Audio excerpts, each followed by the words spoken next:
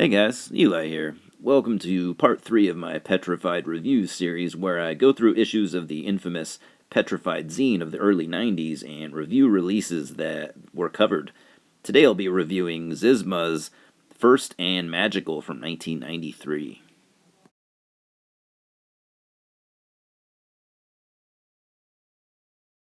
Xysma formed in Turku, Finland back in 1988, releasing putrid death grind similar to early Carcass in the form of a 1989 demo.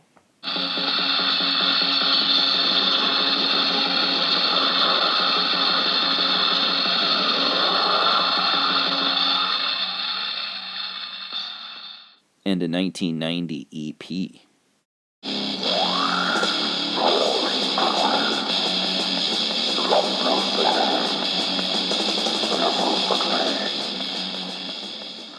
They were on track to rival the likes of Napalm Death and the previously mentioned Carcass.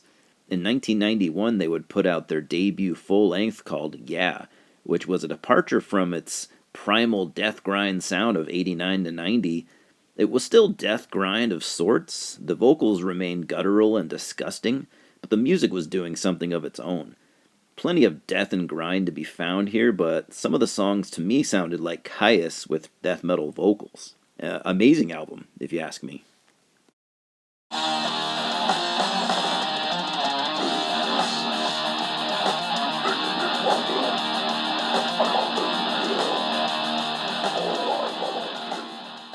As I said in the Convulse review, some Finnish bands were not content with releasing the same material over and over again, and Xysma were definitely one of those bands. First and Magical picks up where Yeah left off, but goes further into experimental territory.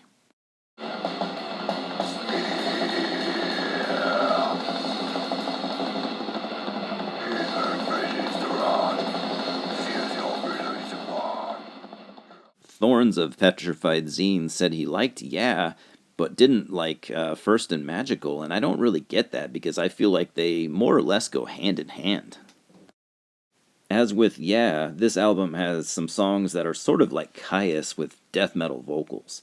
Very much a death and roll type vibe, but better than, say, Wolverine Blues.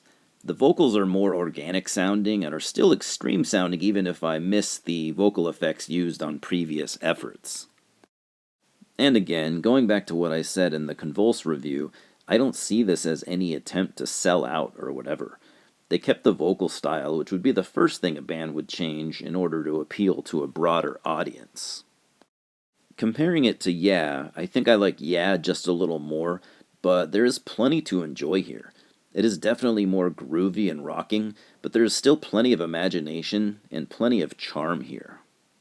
Track 6, for example, has some very cool organ flourishes, and I find that song very addicting and memorable. I also have to comment on the musicianship and songwriting as well. These guys were serious in both aspects. I don't know if their interest in death metal was waning at the time, or if they simply didn't feel content in playing it anymore. Their next album, Deluxe, would be even less death metal, and I can't help but wonder if Bloodduster from Australia were taking notice, as they would begin to make albums full of hard-rocking tracks but with death grind-type vocals. Really makes me wonder. Anyways, I'm going to give this album an 8 out of 10. I can fully recommend this to fans of forward-thinking death metal, and even fans of Carcass Swan Song, Entombed Wolverine Blues, and Dismember Massive Killing Capacity. This is a great album, the sound of a band playing by their own rules.